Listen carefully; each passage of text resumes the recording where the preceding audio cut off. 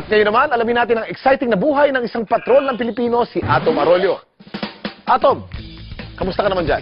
Umagang kay ganda, Kuya Kim. Nandito tayo ngayon sa De La Salle University sa Dasmariñas, Cavite para sa isang segment ng Umagang kay ganda, ang tinatawag na Bida You. Naman ang aga-aga pa lang, pero talagang bidang-bida na mga estudyante! Alas 4 pa lang ng umaga, handang-handa na si Atom.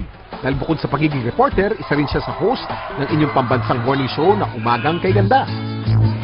Ang UKG kasi yung trabaho ko dito, hindi naman palaging hard news. Maraming mga features. Nanonood ka kasi ng morning show, kahit naman tayo, di ba? Gusto natin yung, ma-inspire lang tayo para sumabak sa namang araw sa trabaho. Kay Atom din nakatoka ang weather report sa umaga. Nafe-feel ko pa rin yung weight on my shoulders kasi lalo na sa panahon ngayon, yung weather report nagiging mas importante sa buhay ng mga tao, lalo na dahil sa marami ng mga extreme weather events. So, kailangan ma-ensure mo na naiintindihan ng mga tao yung report mo, tsaka accurate, walang room for error. Pero simula pa lang yan ang mahabang araw ni Atom. Dahil pagkatapos ng Umagang kay Ganda, diretso siya sa kanyang news assignment.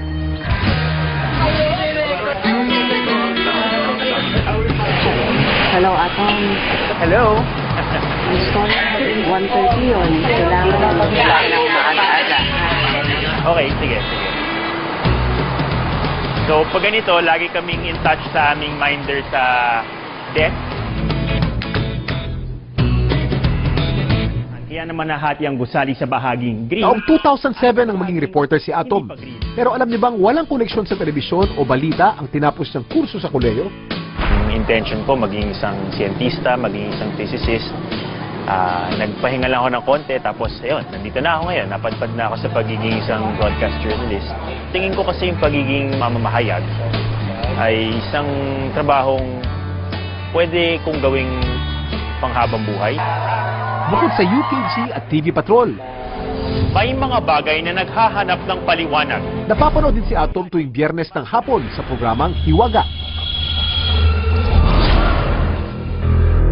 Kakaibang show yun para sa akin dahil sa pinag-uusapan yung mga bagay na unknown, quote-unquote, at yung mga bagay na matagal ang pinaniniwalaan ng mga Pilipino. Merong natural interest for those kinds of things, and we strive to entertain as well as inform the audience. Mga kwento tungkol sa premonition, sleepwalking, at bigyan ng konting paliwanag kung bakit nangyayari yung ganung klase mga bagay.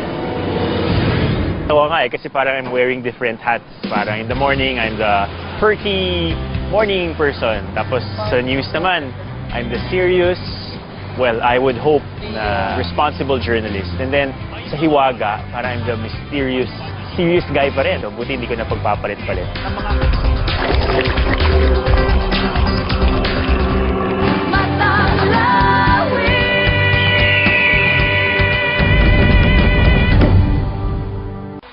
Sa loob ng 4 na taon na araw-araw kaming magkasama dito sa Showtime, nabuo ang isang masayang barkada at pamilya. Kung ano tayo dun sa stage, yun tayo. Dito tayo sa labas. So, pwede si Vice, medyo may pagka-diva tong si Vice na to eh. Iba to eh.